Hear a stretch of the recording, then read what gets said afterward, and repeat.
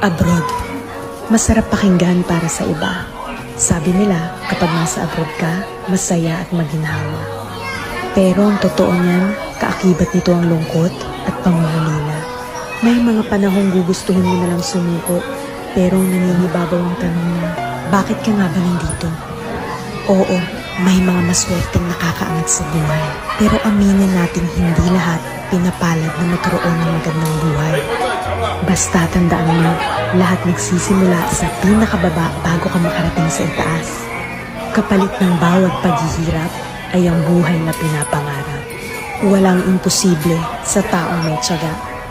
Magugulat ka na lang na palitan na ang mga salitang pagod na ako na.